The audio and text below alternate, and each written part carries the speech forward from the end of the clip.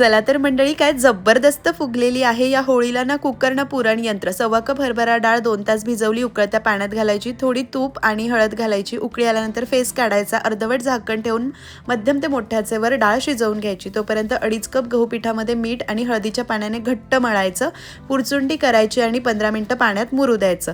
डाळ छान शिजली, 5 मिनिटं पाणी निथळायचं, 1/4 कप चिरलेला गूळ घालून पुरणाला चटका द्यायचा, शेवटी वेलची पूड थोडं तूप घालून मिक्स करायचं।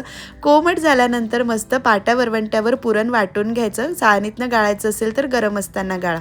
पुरण छान वाटून घेतलं, 15 मिनिटं पीठ मुरलं, एक्स्ट्रा पाणी पिळून काढायचं, तेल घालून 2 मिनिटं मळायचं, 5 मिनिटांनंतर पुरणाचे गोळे करून घेतले, छान अशी पिठाची पारी करायची, पुरण भरायचं। मी कणकेच्या दुप्पट पुरण भरते आणि छान अशी पातळसर पुरणपोळी लाटली, मोठ्या आचेवर भाजून घ्यायची।